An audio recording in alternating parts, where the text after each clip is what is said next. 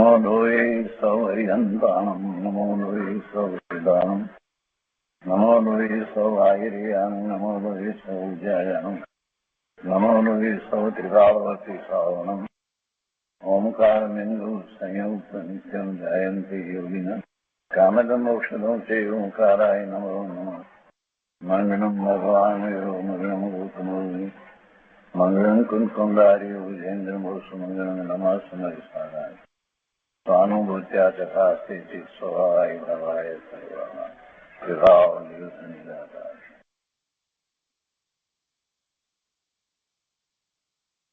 રત્નકરંડક શ્રાવકાચાર સમંતભદ્ર સ્વામી રચિત રત્નકરંડક શ્રાવકાચાર અને શ્રી પ્રભાચંદ્ર આચાર્ય રચિત એની ટીકા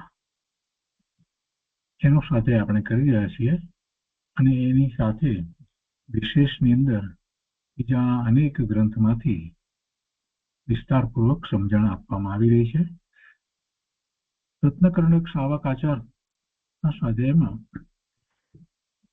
શ્લોક 53 ગાથા 53 નો સ્વાધ્યાય પૂરો થવા આવ્યો છે. અહિંસા અણુવ્રતનું લક્ષણ. 5 અણુવ્રત વિશે વાત કરી અને પછી હવે પહેલું અણુવ્રત અહિંસા અણુવ્રત એનું લક્ષણ તરીકે 53મો શ્લોક કહ્યો. અને 53મા શ્લોકની અંદર એમ કહ્યું કે મન વચન અને કાયા એ ત્રણના યોગથી કૃત કારિત અને અનુમોદના રૂપ સંકલ્પથી ત્રસ જીવોને હણવું એ હિંસા છે. અને એને ન હણવું તો એને અહિંસા કહેવામાં આવી છે. અને કોણે એ કહ્યું છે તો કે આચાર્ય આદિકે કહ્યું છે. અને એ વ્યાખ્યા કર્યા પછીથી ટીકાની અંદર એને વધારે વિસ્તારપૂર્વક સમજાવી અને 9 કોટીએ વાત કહેવામાં આવી. સંકલ્પમાં દરેકની અંદર 9 કોટીની વાત આવે છે. એ દરેક સંકલ્પ રૂપે સમજવાની. મનથી, વચનથી, કાયાથી કરવું નહીં, કરાવવું નહીં અને અનુમોદવું નહીં. એ બધું સંકલ્પ હિંસાને માટે થયું. અને એ હિંસાની એ વાત છે ખરેખર તો પરિણમન રૂપ છે. એની પછી વાત આગળ આવી. ભાવાર્થમાં પણ એને વધારે વિસ્તારથી સમજાયું. અને એ પછીથી હિંસા આદિના ત્યાગનું વિધાન એમ કરી અને વિશેષની અંદર વાત કરવામાં આવી. તો ત્યાં 2 વાત એ રીતે લીધી કે હિંસાનો ત્યાગ 2 પ્રકારે છે. એક ઉત્સર્ગ ત્યાગ એટલે સામાન્ય સર્વથા જે રીતે ત્યાગ કરીએ છીએ તે, અને બીજો અપવાદ ત્યાગ. તો 9 કોટીએ જે ત્યાગની વાત કરીએ તો ઉત્સર્ગ ત્યાગ, અને અપવાદ ત્યાગમાં એ 9 કોટીને બદલે કોઈક એક અપેક્ષાએ ક્યાંક એ 9 પ્રકાર ન હોય, 9 ભંગ ન હોય, અને એકાદ ઓછું કોઈક રીતે હોય તો એવો અપવાદ ત્યાગ. તો એમ 2 પ્રકારે હિંસાના ત્યાગની વાત કરી. એ પછીથી દ્રવ્ય હિંસા અને ભાવ હિંસાની વાત કરી. અને એ દ્રવ્ય હિંસા અને ભાવ હિંસામાં પણ સ્વની અને પરની બંનેની લીધી. એટલે સ્વની દ્રવ્ય હિંસા અને ભાવ હિંસા અને પરની પણ દ્રવ્ય હિંસા અને ભાવ હિંસા એ વાતને સમજાવી. એ પછીથી આગળ એનો વધારે વિસ્તાર કરતા મુખ્યપણે પુરુષાર્થ સિદ્ધિ ઉપાયની ગાથા 43 થી 47 સુધી ના કેટલાક અવતરણો આપ્યા અને એ વાત લીધી. તે પછીથી એમાં એક વાત મહત્વની જે આવી કે ખરેખર હિંસા જે છે એ 2 પ્રકાર. એક અવિરતિ રૂપ એટલે અવિરમણ રૂપ હિંસા અને બીજું પરિણમન રૂપ હિંસા. આ અત્યાર સુધી આપણે જે વાત કરી રહ્યા હતા હિંસાની, એ પરિણમન રૂપ હિંસા હતી. અવિરમણ રૂપ હિંસા એટલે અવિરતિ રૂપ હિંસા એ મુખ્ય હિંસા છે. બંને હિંસા હોય છે, પણ આ વાતને વધારે સમજવાની છે કે અવિરતિ રૂપ જે હિંસા છે એ મુખ્ય હિંસા છે. એટલે એમાં તો પછી એટલે સુધી વાત આવી કે જીવ એવામાં પ્રવર્તો નથી, પણ એને અવિરતિ રૂપ છે તો એને હિંસા છે. વળી એને એવી પ્રતિજ્ઞા નથી, હિંસાની પ્રતિજ્ઞા નથી કે હિંસા ન કરવી, એ રીતે હિંસાના ત્યાગની પ્રતિજ્ઞા નથી, તો પણ એને હિંસાનું પાપ લાગે છે. એ બધી વાત કરવામાં આવી. અને પરિણમન રૂપની વાત કરી તો પોતે મન વચન કાયાથી આપણે 9 પ્રકાર લીધું એ બધી રીતે એમાં આવે. અને એટલે પછી એમાં એ વાત આવી કે ખરેખર જોવા જઈએ તો જીવ અને પ્રમત યોગ છે એ હિંસાનું વાસ્તવિક કારણ છે. અને પ્રમત યોગ તો છઠ્ઠા ગુણસ્થાન સુધી પ્રમત યોગ તો હોય છે. પહેલેથી શરૂ કરીને વિચાર કરી તો છઠ્ઠા ગુણસ્થાન સુધી પ્રમત યોગ હોય, સાતમાથી અપ્રમત હોય છે. એટલે પ્રમત એટલે પ્રમાદ. એમાં પોતે યત્નાપૂર્વક પ્રવર્તન નથી કરતો તો એને હિંસા જ થાય છે. જેમ પેલું પ્રતિજ્ઞાની વાત કરી કે પ્રતિજ્ઞા નથી લેતો તો પણ એને હિંસાનો દોષ લાગે છે. તેવી રીતે અહીંયા પ્રમત યોગની મુખ્ય કરીને વાત કરી. અને બીજી વાત એમાં સાથે લીધી કે કેવળ દ્રવ્યપાણનો ઘાત થવો તે ખરી હિંસા નથી. 17 સૂત્રની પછી એમાં વ્યાખ્યા લીધી કે પ્રમત યોગાત પ્રાણ વ્યપરોપણમ હિંસા. પ્રમાદના યોગથી યથાસંભવ દ્રવ્યપણ અથવા ભાવ પ્રાણનો ઘાત કરવો તે હિંસા છે. એ ઉમાસ્વાતીજી ભગવાને તત્વસૂત્રની અંદર જે કહ્યું એ પ્રમાણે એની વાત લીધી. અને સમયસારની 262ની ગાથાની વાત લીધી કે જીવ મરે કે ન મરે પણ કર્મબંધથી અધ્યવસાન થાય છે તો એ વાતને અહીંયા હિંસા માટે પણ લાગુ પાડવામાં આવી કે ઊંધી માન્યતાથી પાપ ભાવથી પ્રમત યોગથી એને બંધ પડે છે તેમાં હિંસા પણ એ રીતે છે. એ રીતે વાત કરી. અને પછી એમાં કહ્યું કે એ રીતે અજ્ઞાનથી આ જે હિંસામાં અધ્યવસાન કરવામાં આવે છે તેમ અસત્ય, અદત્ત, અબ્રહ્મચર્ય અને પરિગ્રહમાં પણ એ અધ્યવસાન કરવામાં આવે તો તે બધો પાપના બંધનું એકમાત્ર કારણ છે. એટલે એ સમયસારની એ વાતને લીધી. તેમાં બધામાં ખરેખર તો એ પ્રમત ભાવ જ છે. તો અહીંયા હિંસામાં પણ પ્રમત ભાવ જ છે. સમયસાર 263ની ગાથાની અંદર કહે છે કે આ પ્રમાણે હિંસા આદિ પાંચે પાપોના જે પ્રમત યોગ છે તે જ હિંસા છે. એટલે પછી આ જે 5 અણુવ્રતની વાત કરી છે તો એ 5 અણુવ્રત નથી. 5 અણુવ્રત નથી તો એ બધી હિંસા જ છે. 5 જે છે એ હિંસા જ છે. અને બીજી રીતે કહીએ તો અહિંસા પરમો ધર્મ જ્યારે કહ્યું છે તો અહિંસાની અંદર વાત કરવી તો 12 વ્રત જે છે એની વાત આમાં છે. કેમ કે 5 અણુવ્રતની રક્ષા અને એનું સમર્થન કરવા માટે જ બાકીના જે 7 વ્રત કહેવામાં આવે છે, 3 અણુવ્રત અને 4 શિક્ષા વ્રત કહેવામાં આવ્યા છે. એટલે એ તો એ રીતે છે. અને 5 અણુવ્રત જે છે એ 5 અણુવ્રતની અંદર મુખ્યપણે જોવા જઈએ તો અહિંસાની જ વાત છે. અને પછી આગળ કહ્યું કે આ પ્રમાણે હિંસા આદિ 5 પાપોના જે પ્રમત યોગ છે તે જ હિંસા છે. પરંતુ પ્રમત યોગ શૂન્ય કેવળ બાહ્ય ક્રિયા તે હિંસા નથી. એમાં પ્રમત યોગ નથી, માત્ર બાહ્ય ક્રિયા તે હિંસા નથી. જીવના ભાવ મહત્વના છે. અને એટલા માટે એક ઉદાહરણ પણ આપ્યું. મુનિ જાય છે તો મુનિને તો કોઈ પણ પ્રકારે સૂક્ષ્મ હિંસા પણ નથી થતી. એવું યત્નાપૂર્વકનું એમનું જીવન છે, એવી પ્રતિજ્ઞા છે, એમને તો 5 મહાવ્રત છે. તો છતાં એ ચાલતા હોય, વિહાર કરતા હોય કે ઉઠતા બેસતા ક્યારેક કોઈક જીવ એમની સાથે અથવા એમના શરીર સાથે અથડાઈ જાય અને કોઈક રીતે એનો ઘાત થઈ જાય તો મુનિને એનું પાપ લાગતું નથી. હિંસાનો દોષ મુનિને હોતો નથી. એ વાત કરી. અને હવે આગળ કહે છે તો અહીંયા સુધી આપણે સ્વાધ્યાય કર્યો છે. હવે આજે આગળ લઈએ છીએ કે યસ્માત ક્રિયાનો પ્રતિફલનથી ભાવ શૂન્ય. કારણ કે ભાવ શૂન્ય ક્રિયાઓ હિંસા માટે યા કર્મબંધ માટે ફલીભૂત થતી નથી. કર્મબંધ માટે પણ ફલીભૂત થતી નથી. એ તો સમયસારમાં આવ્યું 262ની ગાથામાં. એટલે હિંસા માટે પણ એ નથી ફલીભૂત થતી. ભાવ શૂન્ય ક્રિયાઓ જેમાં એવો કોઈ ભાવ નથી એવી ક્રિયાઓ જે થઈ રહી છે એ કર્મબંધ માટે ફલીભૂત થતી નથી. એના ભાવ કેવા છે? વ્રતના પાલનમાં ક્રિયા શરીરને આશ્રય થાય છે. 12 વ્રત જે છે એ શરીર સહિત હોય એને જ હોય ને.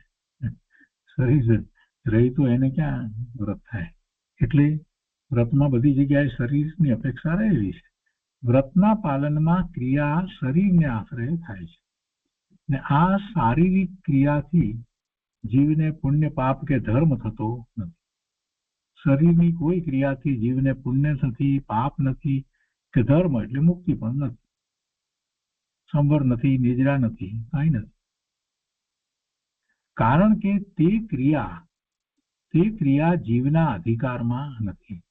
શરીર જીવથી જુદું, આત્માથી ભિન્ન છે, અને એ શરીર ઉદ્ગળ પરમાણુનો સ્કંદ છે, અને એનું કાર્ય એ પોતે જ કરે છે. એટલે એની જે કઈ ક્રિયા થઈ રહી છે તો એ ક્રિયા જીવના અધિકારમાં નથી. ઘણાને એમ છે કે હું ઈચ્છું એમ હાથ ઊંચો કરું, પગ હલાવું, આમ કરું, તેમ કરું, બધું હું કરું છું ને એમ. આ ઈચ્છા પ્રમાણે હાથ પગ ચાલે છે એ માન્યતા જ ખોટી છે. ઈચ્છા પ્રમાણે બધાના હાથ પગ ચાલે છે એવું વસ્તુનું સ્વરૂપ જ નથી. જ્યારે રોગ થયો હોય તો એ વખતે લકવો થયો હોય તો એ હાથ પગ ક્યાં ચાલે છે? ઈચ્છા તો કરે છે, ઉઠવાની ઈચ્છા કરે છે, ચાલવાની દોડવાની ઈચ્છા કરે છે, પણ ક્યાં એવું કંઈ કરી શકે છે? એટલે જ્યારે આપણા પુણ્યનો એવો ઉદય હોય એ વખતે શરીરની ક્રિયા અને આપણી ઈચ્છા એ બે સમાંતર ચાલે, એટલે પેરેલલ જતા હોય ત્યારે સમજવું, આપણે ઈચ્છા કરીએ એ પ્રમાણે પાછી શરીરમાં ક્રિયા થતી હોય ત્યારે સમજવું કે અત્યારે પુણ્યનો ઉદય છે. તેથી વિશેષ બીજું કાંઈ સમજવા જેવું નથી. નહીતર પછી જો પાપના ઉદય હોય તો આપણે ઈચ્છા ગમે તે કરીએ શરીરને વિશે, પણ શરીરનું તો જે થવાનું હોય તે થાય.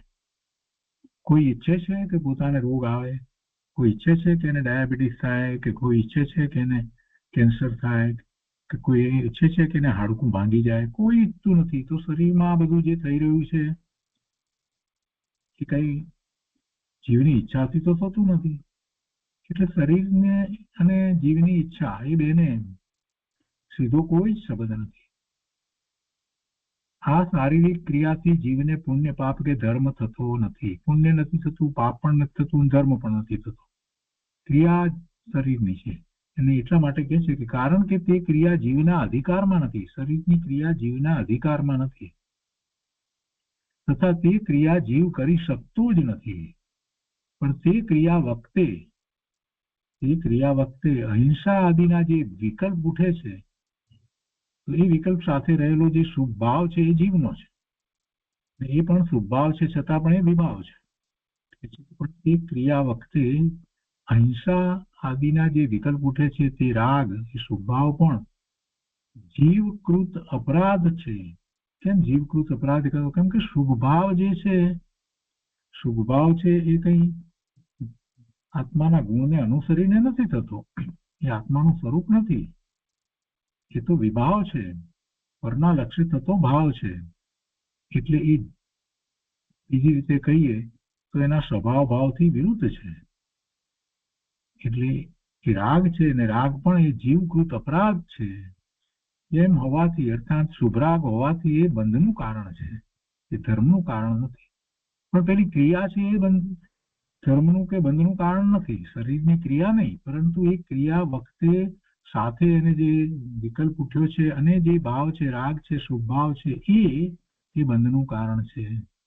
અને વાસ્તવમાં એ શુભ ભાવ પણ ધર્મ નથી.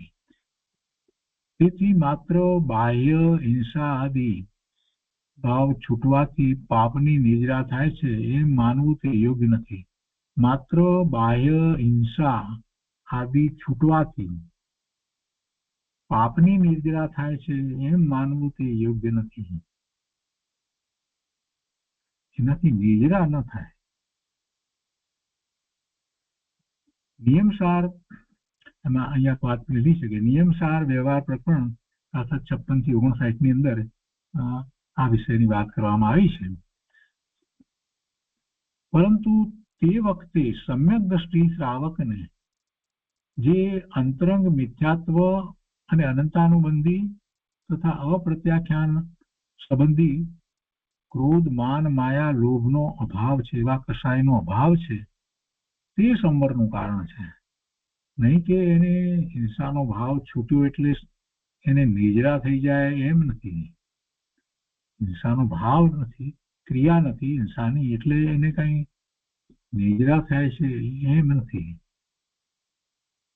તેથી માત્ર હિંસા આદિ છૂટવાથી કૌંસમાં ભાવ પણ લીધું છે, તો હિંસાથી છૂટવાથી પાપની નિદ્રા થાય છે એમ માનવું તે યોગ્ય નથી. એના ભાવ સ્વભાવ ભાવે થાય તો આશ્રમ રોકાય તો સમર્થ હોય અને એ વખતે એને નિદ્રા થાય. બીજી કોઈ રીત નિદ્રાની નથી. એટલે એ કોને છે કે જે સ્વભાવ ભાવે થાય છે એને ખરેખર સાચી નિદ્રા થાય, તો એ સમ્યક દ્રષ્ટિને હોય છે એ વાત કરે છે. જે કહે છે કે તે વખતે સમ્યક દ્રષ્ટિ શ્રાવકને જે અંતરંગ મિથ્યાત્વ અને અનંતાનુબંધી તથા અપ્રત્યાખ્યાના સંબંધી, બે ચોકડી, પહેલી અનંતાનુબંધીની અને બીજી અપ્રત્યાખ્યાના સંબંધીની, એના ક્રોધ માન માયા લોભનો અભાવ છે, તો તે સંબંધનું કારણ છે અને ત્યાં સ્વ આશ્રય અનુસાર નિદ્રા થાય છે. જેટલો આશ્રય સ્વરૂપનો છે એટલી નિદ્રા. સ્વરૂપનો આશ્રય નથી તો નિદ્રા નથી. સ્વરૂપનો આશ્રય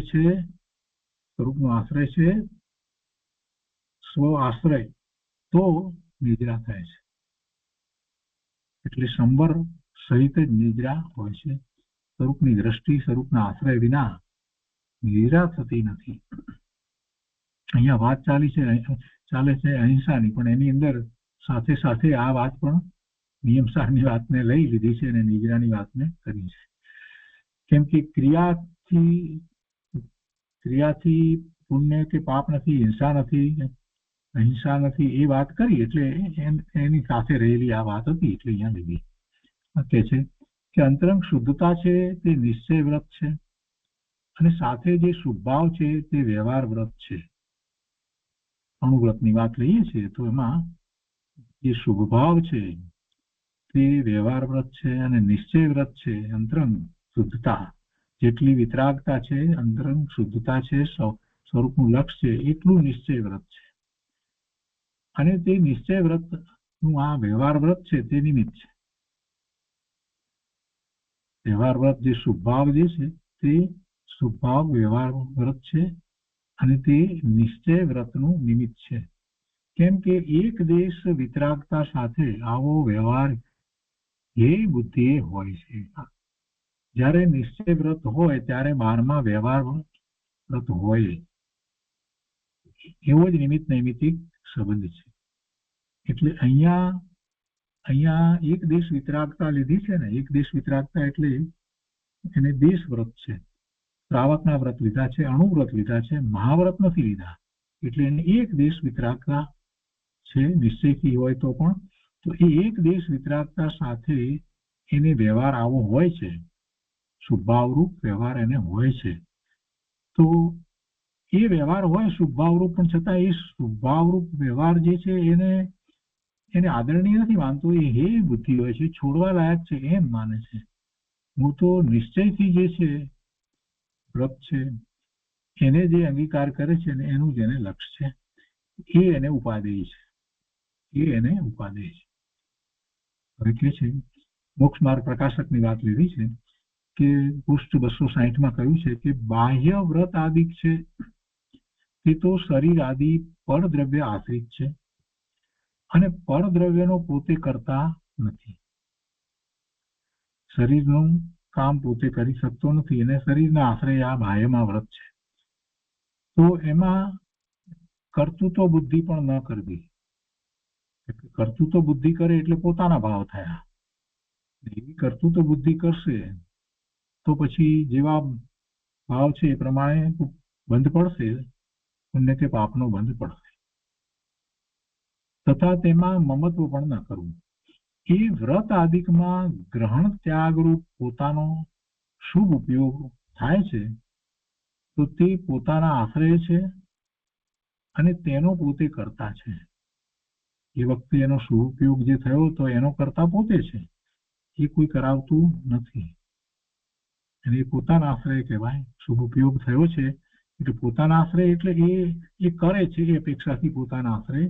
એમાં લક્ષ્ય ભલે ને એને પરનું હોય, પણ અહીંયા વ્રત લીધા છે તો વ્રતનું લક્ષ્ય રાખીને કરે છે, એને વ્રત છે અને નિશ્ચય વ્રત સહિત એને વ્યવહાર વ્રત છે. તો એ વ્યવહાર વ્રત શુભભાવ રૂપ છે. તો એમાં એને એ શુભ જે છે તો એ પોતાના આશરે છે અને તેનો પોતે કરતા છે. માટે તેમાં કર્તૃત્વ બુદ્ધિ પણ માનવી તથા ત્યાં મમત્વ પણ કરવું, પરંતુ એ શુભ ઉપયોગને બંધનું જ કારણ જાણવું. એટલે એવો વ્યવહાર જે છે પોતાનો છે એમ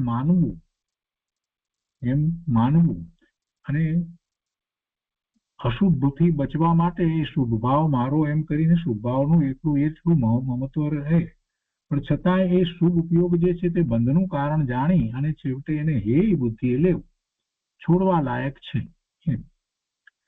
કરતા પણ સમજવું પોતે, એમ કાઢી નાખે એમ વાત ચાલશે નહીં, કેમ કે શુભ ભાવ તો એને થયો છે. ભલે નિશ્ચય વ્રત છે તો એની સાથે પણ જે રહેલો શુભ ભાવ છે એ પોતાનો છે, એને સ્વીકારવો તો પડે, પોતાનો છે. અને એવો શુભ ભાવ છે કેમ કે અશુભ ભાવથી બચવા એવો શુભ ભાવ આવ્યો છે, પરંતુ છતાંય એ શુભ ઉપયોગને બંધનું જ કારણ જાણવું, એને મોક્ષનું કારણ ન જાણવું. કારણ કે બંધ અને મોક્ષને તો પ્રતિપક્ષપણું છે. જે બંધનું કારણ હોય એ મોક્ષનું કારણ ન હોય, અને જે મોક્ષનું કારણ હોય એ બંધનું કારણ ન હોય. બંનેને તો વિરોધ છે, પ્રતિપક્ષપણું છે. જ્યારે આ બંધનું કારણ છે શુભભાવ જે છે અથવા તો એ વ્યવહાર વ્રત છે, તો એ પછી મોક્ષનું કારણ હોય નહીં. તેથી એક જ ભાવ પુણ્ય બંધનું પણ કારણ થાય અને મોક્ષનું પણ કારણ થાય એમ બને નહીં. જે બંધનું કારણ હોય એ મોક્ષનું કારણ ન હોય, અને મોક્ષનું કારણ હોય એ બંધનું કારણ ન હોય. તો એવો કોઈ ભાવ છે જ નહીં કે જેથી બંધ પણ થાય અને મોક્ષ પણ થાય. બે ભાવ જુદા જ હોય. જેટલો શુદ્ધ ભાવ છે એ મોક્ષનું કારણ છે, અને સાથે રહેલો જે શુભ ભાવ છે એ બંધનું કારણ છે. કોઈ એક જ ભાવથી બંને થાય, બંધ પણ પડે, ભલે ને પુણ્ય બંધ પડે, પણ તો એ બંધ પણ પડે અને મોક્ષ પણ થાય એમ હોતું નથી. પુરુષાર્થની વાત કરીએ ત્યારે આપણે એમ કહીએ છીએ કે સ્વભાવની પ્રાપ્તિ માટેનો પુરુષાર્થ કરવામાં આવે, સ્વભાવ ભાવ થવા માટે નિર્વિકલ્પ ધ્યાનનો, એ વખતે એને અંદરમાં જે રીતે ચિંતન વગેરે ચાલે છે, અને પછી એ વખતે જે ભાવ છે તે શુભ ભાવ છે, એને કારણે દ્રષ્ટિ સ્વરૂપ તરફ કરી અને એવું ઘૂંટણ ચાલી રહ્યું છે. તો જેટલો સમય એ શુભભાવમાં રહ્યો છે એ શુભભાવ ઉત્કૃષ્ટ હોય છે ને, એને એમાં શુભભાવમાં તો એને એવું ચક્રવર્તીનું કે મોટા મહારાજાનું કે એવું આયુષ બંધાઈ જાય. પણ છતાં એ જે છે તે શુભભાવ છે. જ્યાં સુધી શુદ્ધ ભાવે થયો નથી, શુદ્ધ ભાવે એટલે કે સ્વરૂપમાં એકાગ્રતા થઈ નથી, નિર્વિકલ્પ ધ્યાન થયું નથી, ત્યાં સુધી એ શુભ ભાવ છે. અને પછી એ શુદ્ધ ભાવ છે. પછી જે શુદ્ધ ભાવ છે એ નિજરાનું કારણ છે, મોક્ષનું કારણ છે, એ દીર્તિ છે.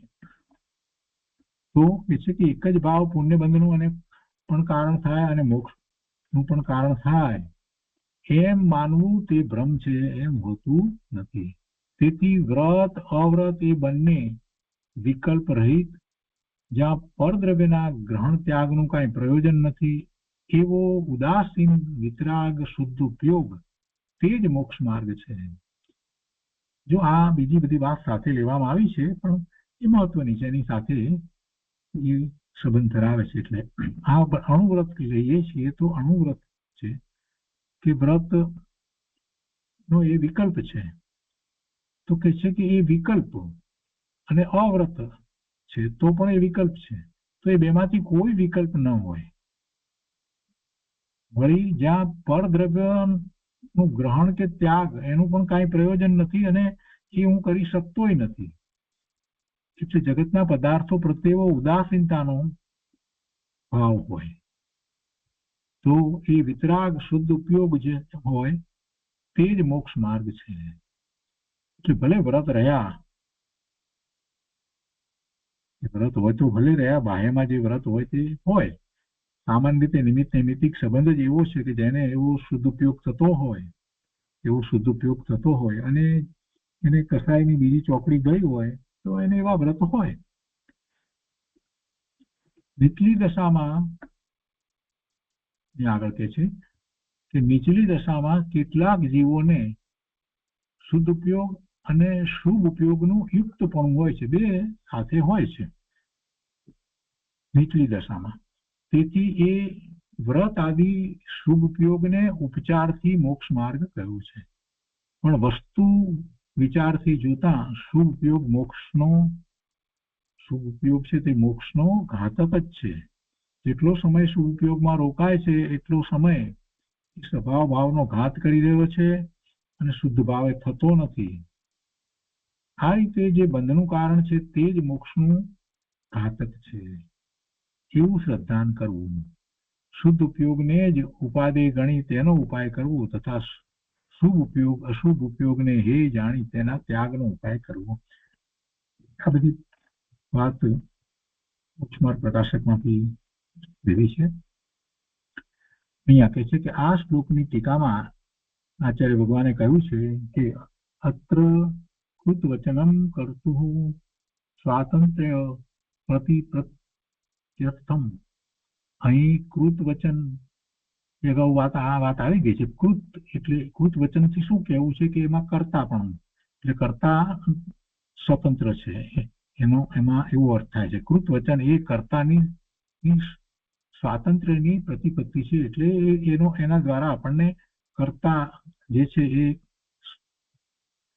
કૃત કહ્યું તો એમાં એનો કર્તા એ છે એનો ખ્યાલ આપણને આવે છે. એ બતાવે છે આ બતાવે છે કે જીવ પોતાના ભાવોનો સ્વતંત્રપણે કરતા છે. કહ્યું હોય એટલે એનો અર્થ છે સ્વતંત્ર રીતે કરતા થતો હોય ત્યારે જ કહેવાય ને. કર્મ મંદ પડ્યા એટલે કાર્ય થયું એમ નથી, પણ તે સ્વતંત્રપણે થયું છે અને તેનો કરતા કર્મ નથી.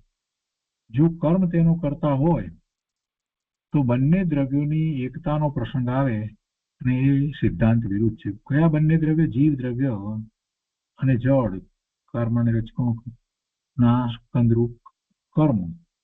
તો એ બંને એકતાનો પ્રસંગ આવે.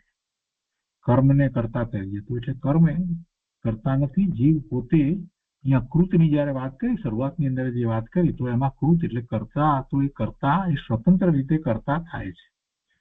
કર્મ એને કરાવે છે કરતા એમ નહીં. શુભ ભાવનો કરતા પણ થાય છે તો એ સ્વતંત્ર રીતે થાય છે. ખરેખર જોઈએ તો એનું લક્ષ બહાર છે એ વાત બરાબર છે, પણ થાય છે શુભ ભાવનો કરતા પોતે થાય છે. કોઈ એને કરાવે છે કર્મ કરાવે છે એમ નહીં. શુભ ભાવનો કરતા એ પોતે થાય છે અને શુદ્ધ ભાવનો પણ કરતા એ પોતે જ છે, પણ કર્મ એને કઈ કરાવે છે એમ નથી. તો એ અહિંસા અણુવ્રતની વાત આવી અને એની સાથે બીજી કેટલીક મોક્ષ માર્ગ સંબંધીની પણ વાત આવી. હવે એ અહિંસા અણુવ્રતના અતિચાર કહે છે. 5 અતિચાર જે કહેવામાં આવે છે તે તો શ્લોક 54 ની અંદર 5 અતિચાર કહે છે. છેદન બંધન પીડનમ અતિભારોપણમ વ્યતિચારાઃ આહારવારણાપિ ચ સ્થૂલ વદ્યાદ વિપરતે પંચ. 5 અતિચાર કયા? અહિંસા અણુવ્રતના અતિચાર. છેદન બંધન પીડનમ એટલે છેદવામાં આવે, બાંધવામાં આવે અને પીડા આપવામાં આવે. છેદે છે ને પ્રાણીઓના કાન ને નાકની અંદર છેદીને પછી એમાંથી દોરડું નાખે છે ને, આ બધું છેદન. બીજી રીતે પણ અનેક પ્રકારે કરતા હોય છે. કોઈ કાન પણ છેદે છે ને ઘઉં. તો એ છેદન બંધન બાંધી રાખવું એટલે તેને ક્યાંય પણ જતા રોકવું, બાંધી રાખવામાં આવે. ઈચ્છિત સ્થાને જતા રોકવું. પીડન એટલે લાકડીથી કે ચાબુક આદિથી મારવું. કોઈ પણ રીતે હાથી હોય એને તો પેલા અંકુશ ખોંચીને મારે ચણી વાળા, એ મારવું એ પીડન. શક્તિથી અધિક ભાર લાદવો, પ્રાણી ઉપર ભાર લઈ જવામાં આવે છે ને, વસ્તુઓ લાદીને લઈ જવામાં આવે તો એની શક્તિ એના કરતા પણ વધારે ભાર લાદવામાં આવે. ગધેડાની પાસે એ કામ કરાવવામાં આવે છે તો ખૂબ ભાર લાદીને એની પર બિચારાને કેટલી બધું એને તકલીફ પડતી હોય અને પછી એટલા ભાર શરીર સાથે ઝડપથી ચાલી ન શકે, ધીરે ધીરે અથવા તો વચ્ચે ઉભો રહે એટલે પાછું એને મારે. આ બધું જોઈએ છે તો આપણને દુઃખ થાય છે. ખરી આ સંયમિત પચેન્દ્રિય જીવને બિચારાને આવી રીતે ઓહો હા આવા અત્યાચાર કરશે ક્યાં જશે? આપણને ઘણી વાર વિકલ્પ આવે કે આ પ્રાણીઓ ઉપર આ જાતના અત્યાચારો જે કરી રહ્યા છે અને અંદરમાં પાછું એમ હોય કે આ તો મારીશું નહીં તો ચાલશે નહીં. ઘોડાને ચાબુક મારીને દોડાવે, બિચારો થાકી ગયેલો ઘોડો હોય, પોતે ઉપર બેઠો છે, એટલું વજન ઘોડો લઈ અને ચાલે છે, એનો વિચાર નથી કરતો. બહુ ખોટું છે. ઘોડાગાડીની અંદર પાછા એની શક્તિઓ એના કરતા વધારે લોકોને બેસાડ્યા હોય કે ભાર વધારે મર્યો હોય કે આવું પેલા એક બળદનો એકો હોય અથવા તો ગાડું હોય 2 બળદનું, તો એમાં પણ એ રીતે ભાર કેટલો ફરે ને પાછા બિચારા ધીમે ચાલે તો મારે, લાકડી મારે કે ચાબુક મારે કે કાંઈક આવું.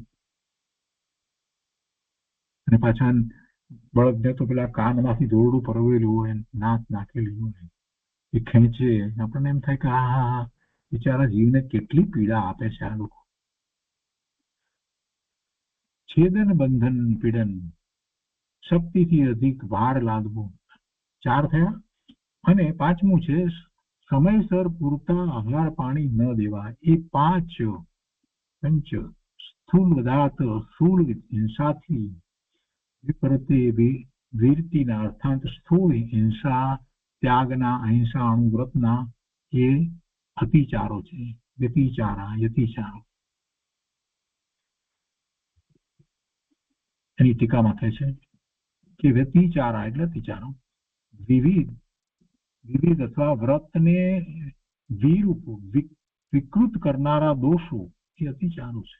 વ્રતને વિરૂપ વિકૃત કરનારા દોષો એ કેટલા? કે છે કે 5 છે. ઓના કઈ રીતે છે તેની વાતને સમજાવે છે. સ્થૂળ હિંસાથી, સ્થૂળ વદ્ય વિપરતિ,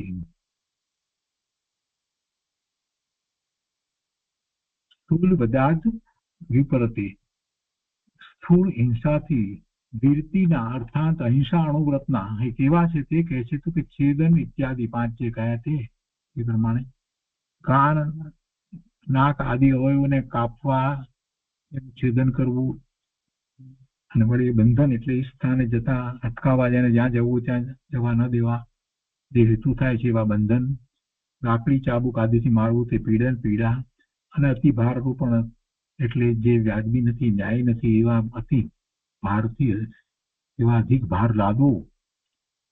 કેવળ આ 4 જ અતિચાર છે એટલું જ નહીં, પરંતુ કે છે કે અન્ન અને પાનરૂપ આહારનો નિષેધ નિરોધ કરવો અથવા તો કટકે થોડો આપવો, એમ 5મો અતિચાર છે. આહાર પાણી પણ પૂરતા ના આપવામાં આવે, સમય ના આપવામાં આવે, બધા પણ એ પણ અતિચાર 5મો અતિચાર છે. ભાવાર્થમાં વ્રતના એક દેશ ભંગને અતિચાર કહે છે. વ્યાખ્યા મૂળ તો આપી દીધી. અને વ્રત ભાવ ભંગ કરવામાં સ્વચ્છંદ નિર્ગલ પ્રવૃત્તિ હોવી તેને અનાચાર કહે છે. અતિચાર તો સમજાવી દીધા, પણ અહીંયા ભાવાર્થની અંદર એક મહત્વની વાત કહે છે કે અતિચાર અને અનાચારમાં શું ફેર છે. અતિચારમાં એને વ્રત તો લીધા છે, પણ કોઈક રીતે એને દોષ જે છે તો એને અતિચાર કહેવામાં આવે છે. પણ અનાચાર શું છે? અનાચારમાં તો વ્રત છે જ નહીં, વ્રત ભાવથી વિરુદ્ધ એ અનાચાર છે. વ્રત ભાવ ભંગ કરવામાં સ્વચ્છંદ પ્રવૃત્તિ હોવી તેને અનાચાર કહે છે. અતિચારથી વ્રતનો ભંગ થતો નથી. વ્રત રહે છે પણ અતિચાર હોય છે, અને અતિચાર માટે એ પોતે પ્રાયશ્ચિત પણ કરે. દોષ લાગે છે અને દોષ માટે પ્રાયશ્ચિત કરી શકે, પણ એને વ્રત તો રહે છે. અને અનાચાર તો વ્રતનો ભંગ થાય. અનાચારમાં તો વ્રત જ નથી, વ્રતથી સાવ વિરુદ્ધ છે.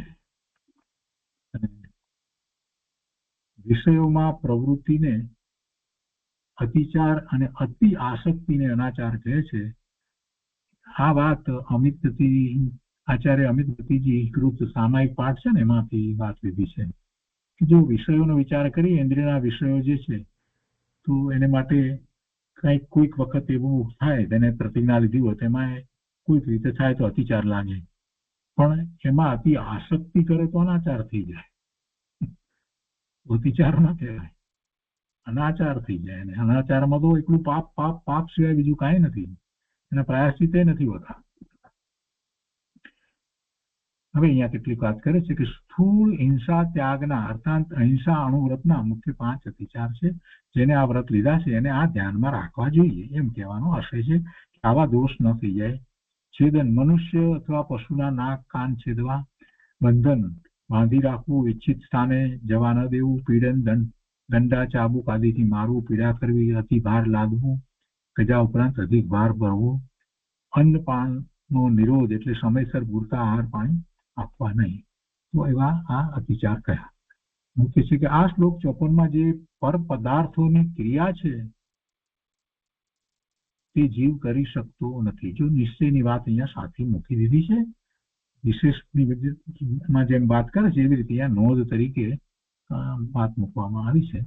છોટાલાલભાઈ મૂકી દીધી છે કે જે પર પદાર્થોની ક્રિયાઓ છે તે જીવ કરી શકતો નથી, પરંતુ તેને અંગે જીવને જે ભાવ થાય છે તે પ્રમાદ ભાવને અતિચાર કહેવામાં આવે છે. એને ભાવ એવા થાય છે, ઓછું અન્ન આપવાનો ભાવ એને થયો, ભલે અન્ન પૂરેપૂરું આપ્યું પણ અંદરમાં જો એને એમ ભાવ હોય કે આટલું બધું ખાવાનું ના આપ્યું તો સારું, કેમ કે આ પ્રાણીને પછી તો પ્રમાદ થઈ જશે, તો એને અતિચાર લાગી ગયો. ભલે પૂરતો ખોરાક આપ્યો હોય તો એને એમ લાગે કે આને ધીરે ધીરે હું લઈ આવ્યો, એને બદલે જો 2 ચાબુક વધારે માર્યા હોત ને તો ઘોડો દોડત બરાબર, એવો જો વિચાર અંદરમાં પછીથી પણ આવ્યો હોય તો પણ એને અતિચાર કહેવાય. એટલે અંદરમાં શું એના ભાવ છે, ક્રિયા થાય કે ન થાય. પણ આ તો ક્રિયા સહિતની વાત લીધી છે, એટલે આપણે પરિણમન રૂપની જે વાત કરીએ છીએ તે અહીંયા લીધી છે. તો એની સાથે એના ભાવ એવા હોય છે, એટલે મૂળ કારણ તો એના ભાવનું છે. અને આ જે નોંધ કહેવામાં આવી ભાવ, એના ભાવ, જે ભાવ છે તે પ્રમાદ ભાવને અતિચાર કહેવામાં આવે છે. અને આ અતિચાર સંબંધી બધી ગાથાઓમાં આ પ્રમાણે સમજવું છે. બધી જગ્યાએ અતિચારને માટે આ વાતને પકડે. તો એ પ્રમાણે અહિંસા અણુવ્રતનું પ્રતિપાદન કરી અને હવે અનુવૃત્તિ એટલે સત્ય અણુવ્રતનું પ્રતિપાદન કરે છે. તો સત્ય અણુવ્રતનું પ્રતિપાદન ગાથા 55 દ્વારા કરે છે. તો ગાથા 55 આપણે લઈએ.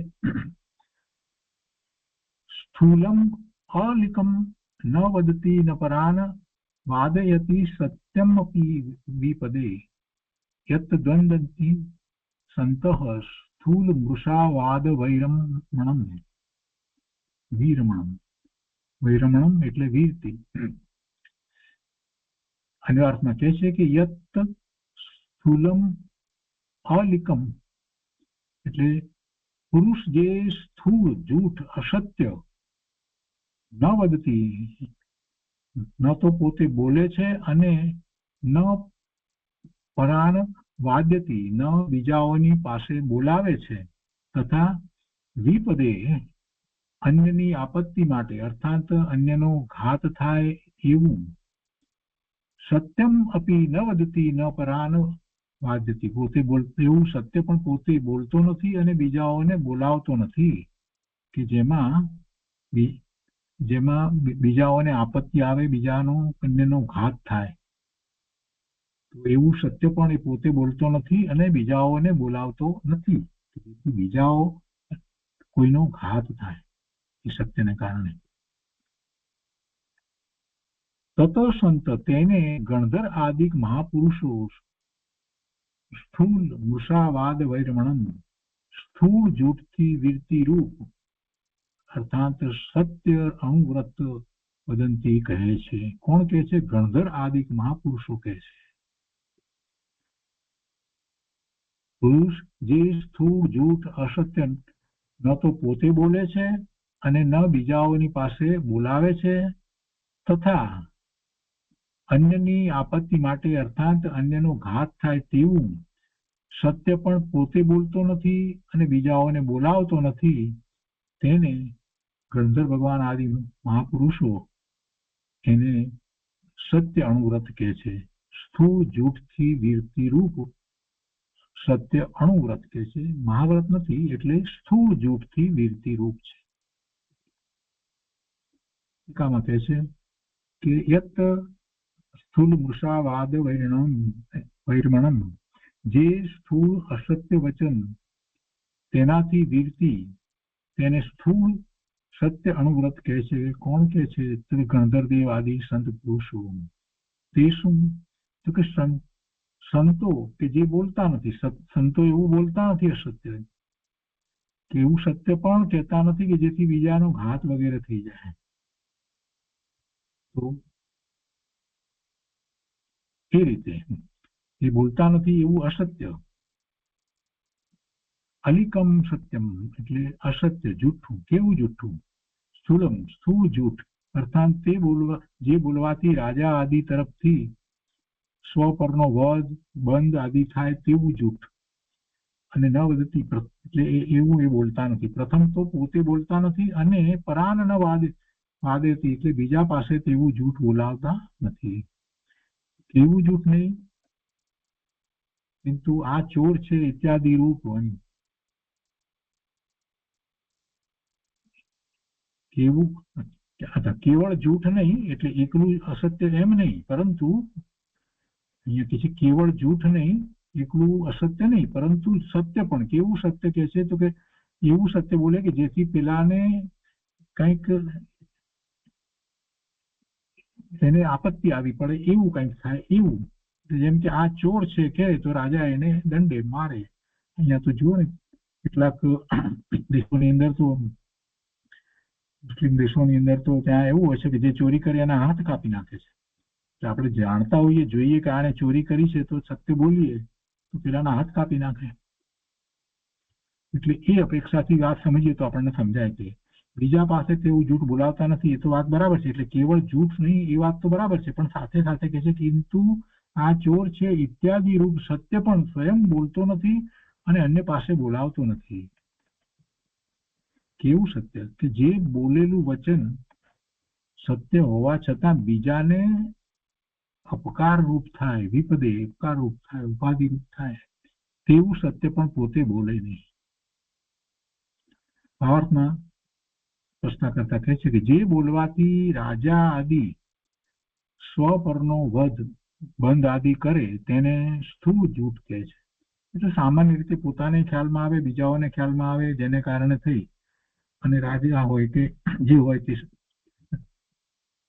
કે પોલીસ હોય કે જે પણ હોય તે એને માટે થઈ એને શિક્ષા કરે એવું કંઈક હોય તો એવું. એટલે જે બોલવાથી રાજા આદિ એમ કહ્યું ને એમાં બધા એ સ્વ પરનો વધ કરે કે બંધ કરે તો તેને સ્થૂળ અસત્ય, સ્થૂળ જૂઠ કહેવાય છે. સત્ય અણુવૃત્તિ આવું જૂઠ સ્વયં બોલે નહીં અને બીજા પાસે આવું જૂઠ બોલાવે નહીં, કે જે દેખીતું જ એમ દોષ રૂપ લાગતું હોય કે જેને માટે રાજા કે બીજા જે હોય તે એને કે ન્યાયાધીશ કે એ એને સજા કરે, તો એવું અસત્ય પોતે બોલે નહીં, બીજા પાસે બોલાવડાવે.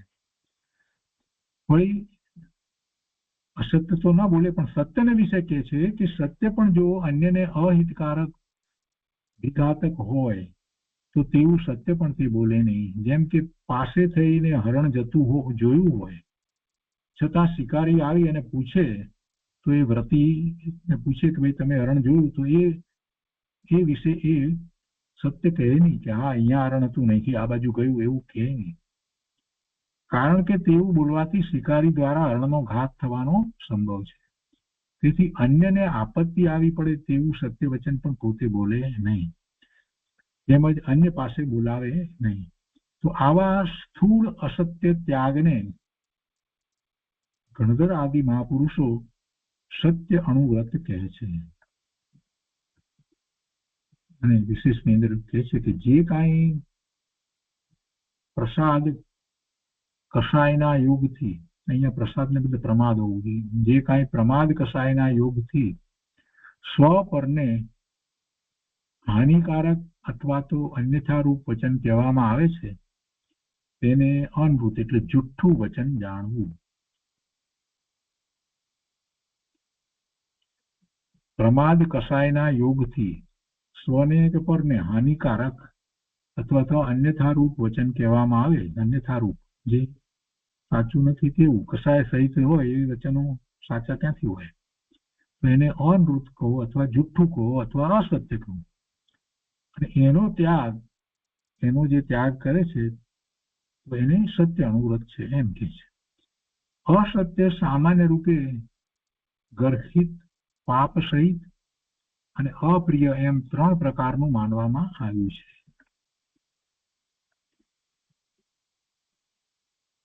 સત્ય અનુવ્રતધારી ક્રોધ, માન, માયા, લોભ વશ એવું વચન ન કહે જેથી અન્યનો ઘાત થાય, અન્યને અપવાદ લાગે, કલંક ચડે, કલહ થાય, વિસંવાદ પેદા થાય, યુદ્ધ થઈ જાય, વિષય અનુરાગ વધી જાય, મહા આરંભમાં પ્રવૃત્તિ થાય, અન્યને આર્ત ધ્યાન થઈ જાય, પરના લાભમાં અંતરાય આવે, પરની આજીવિકા બગડી જાય, પોતાનો અને પરનો અપયશ થાય, આપદા આવે, અનર્થ પેદા થાય, અન્યનો મર્મછેદ થાય, રાજા દંડ કરે, ધનની હાનિ થાય વગેરે આવા સત્ય વચન હોય તો પણ તેને જૂઠા વચન છે એવા સત્ય પણ એ બોલે નહીં. વળી તે ગાલીના વચન એટલે ગાળના વચન, અપમાનના વચન, તિરસ્કારના વચન, અહંકારના વચન વગેરે બોલે નહીં. સત્ય અનુવ્રતધારી જે હોય એ આવા વચન પણ ન બોલે. એકલું સત્ય બોલે એટલી વાત નથી હોતી, ત્યાં તો વધારે વિસ્તારથી વાત લીધી છે. હિતમિત રૂપ વચન બોલે, સત્ય વચન બોલે, હિતમિત રૂપ વચન બોલે. કારણ કે તે આ જે અહંકાર વગેરે સહિતના વચન છે, તિરસ્કારના, અપમાનના વચન છે, ગાળ બોલવાના વચન છે, આ બધા વચનો જે છે તો તે કસાયુક્ત હોવાથી અસત્ય વચનો છે.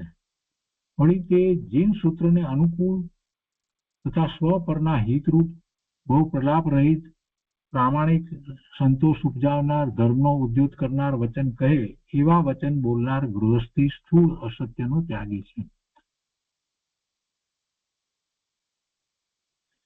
પહેલી વાત તો આ તિરસ્કાર વગેરેના વચન જે બોલે એ તો કસાયુગ હોવાથી અસત્ય વચન છે. બીજી વાત હવે કે છે કે કેવા વચન હોય તો કે જે જીન સૂત્રને અનુકૂળ, જીનેશ્વર ભગવાને જે પરમ સત્ય પ્રકાશ્યું છે, એમાંથી જે શાસ્ત્ર વગેરે બન્યા છે એ પ્રમાણેના વચનો, એનાથી વિરુદ્ધના વચનો ન હોય, એનાથી વિપરીત વચનો ન હોય, જીન સૂત્રને અનુકૂળ તથા સ્વ પરના હિતરૂપ. વળી એમાં બહુ લાંબા ખોટા બિનજરૂરી પ્રલાપ ન હોય, બહુ પ્રલાપ રહિત, પ્રામાણિક, સંતોષ ઉપજાવનાર, ધર્મનો ઉદ્યોત કરનાર વચન કહે તો એવા વચન બોલનાર ગૃહસ્થી સ્થૂળ અસત્યનો ત્યાગી છે. અને આ રત્નકરંડક શાવાચાર પંડિત સદા સુખદાસ હિન્દી ટીકા છે ને એમાંથી આ વાત લીધી છે. સદા સુખદાસજી છે, મોટા પંડિત થઈ ગયા, એમને ભગવતી આરાધનાની ટીકા લખી. સદા સુખ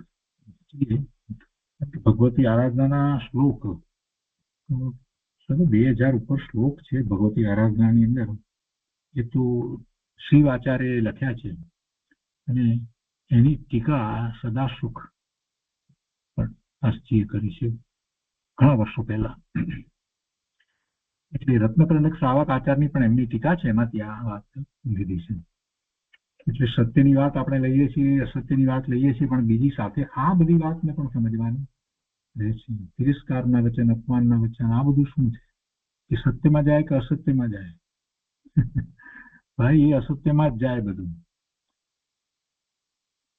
હિતરૂપ, સ્વ પરના હિતરૂપ, જીન શાસ્ત્રને, જીન સૂત્રને અનુકૂળ, ધર્મનો ઉદ્યોત કરનાર એવા વચન હોય, પ્રમાણિક વચન હોય, સંતોષ ઉપજાવનાર વચન, જીવને એને કારણે સાંભળીને પણ સંતોષ, શાંતિ અને ધર્મની પ્રરૂપણા થાય એવા વચન હોય. ગૃહસ્થી જે મુમુક્ષુ છે એને એવા વચન હોય. એ ખરેખર સ્થૂળ અસત્યનો ત્યાગી છે. આ તો ગૃહસ્થની વાત છે, હજી તો દેશ વ્રતની વાત ચાલે છે, અણુવ્રત છે. મુનિની તો વાત જ જુદી છે, એને તો મહાવ્રત હોય છે મુનિને. વળી આગળ પણ કહે છે કે પુરુષાર્થ સિદ્ધિ ઉપાયમાં કહ્યું છે કે આ બધા જ વચનોમાં પ્રમત યોગ જ એક હેતુ કહેવામાં આવ્યો છે. અગાઉ વાત આવી ગઈ છે કે હિંસા વ્રતમાં પણ પ્રમત યોગ જ એક કારણ કહેવામાં આવ્યું છે. તેથી અસત્ય વચનમાં પણ પ્રમત યોગનો સદભાવ હોવાથી હિંસા નિશ્ચિત થાય છે. શ્લોક 99 ની વાત લીધી છે. જૂઠ વચનના ત્યાગી મહામુનિ હે અને ઉપાદેયનો વારંવાર ઉપદેશ કરે છે. ત્યાં પાપની નિંદા કરતા પાપી જીવને પોતાના દોષના કારણે તેમનો ઉપદેશ ખરાબ લાગે, બુરો લાગે છે, અથવા કોઈને ધર્મ ઉપદેશ ખરાબ લાગે તો તે દુઃખ પામે. પણ તે આચાર્યોને જૂઠો દોષ લાગતો નથી, જૂઠનો દોષ લાગતો નથી. આપણે જે કહ્યું કે કોઈને ન ગમે એવા વચન, એટલે એમ પાછું નહીં, જે આ રીતે જે પેલા નહીં કંઈક હાનિ થાય, એને કોઈક રીતે કોઈક શિક્ષા થાય, આ બધું જે છે એવું ન થાય એ માટે એવા સત્ય વચન ન બોલવાય. પણ ધર્મની વાત આવે તો ધર્મમાં સત્ય ઉપદેશ આપવામાં આવે અને કોઈને દુઃખ લાગે તો એમાં તો એ પેલું જેને દુઃખ લાગે છે એનો પોતાનો દોષ છે. ધર્મના વચનોમાં સત્ય વચન રોકવા એમ કહેવાનો આશય નથી. એ અહીંયા કહેવામાં આવ્યું છે કે જૂઠ વચનના ત્યાગી મહામુનિ હે અને ઉપાદેયનો વારંવાર ઉપદેશ કરે છે કે શું હે છે, શું ઉપાદેય છે. તો ત્યાં પાપની નિંદા કરતા પાપી જીવને પોતાના દોષના કારણે એમનો ઉપદેશ ગમતો નથી, બુરો લાગે, ખરાબ લાગે, એનું મન દુભાય, તો પછી એમાં એ પાપ ઉપદેશની અંદર જે વાત કરતા હોય તો બધાને માટે વાત આવી હોય તો એ ઉપદેશની અંદર પછી એમ ન વિચાર કરે કે ના આને ખરાબ લાગે. અથવા કોઈને ધર્મ ઉપદેશ ન ગમતો હોય તો પછી સત્ય ધર્મ ઉપદેશ ના આપે, એમ ન બને. કોઈને ધર્મ ઉપદેશ ખરાબ લાગે તે દુઃખ પામે, પણ એ દુઃખ પામે એથી આચાર્યને કાંઈ જૂઠનો દોષ લાગતો નથી. ઉપદેશ સાંભળનારની લાગણી દુભાય છે તેથી કઈ એને આચાર્યને કોઈ દોષ લાગતો નથી, કેમ કે તેમને પ્રમાદ કસાય નથી. પ્રમાદ નથી, આચાર્ય ભગવાનને પ્રમાદ કસાય નથી.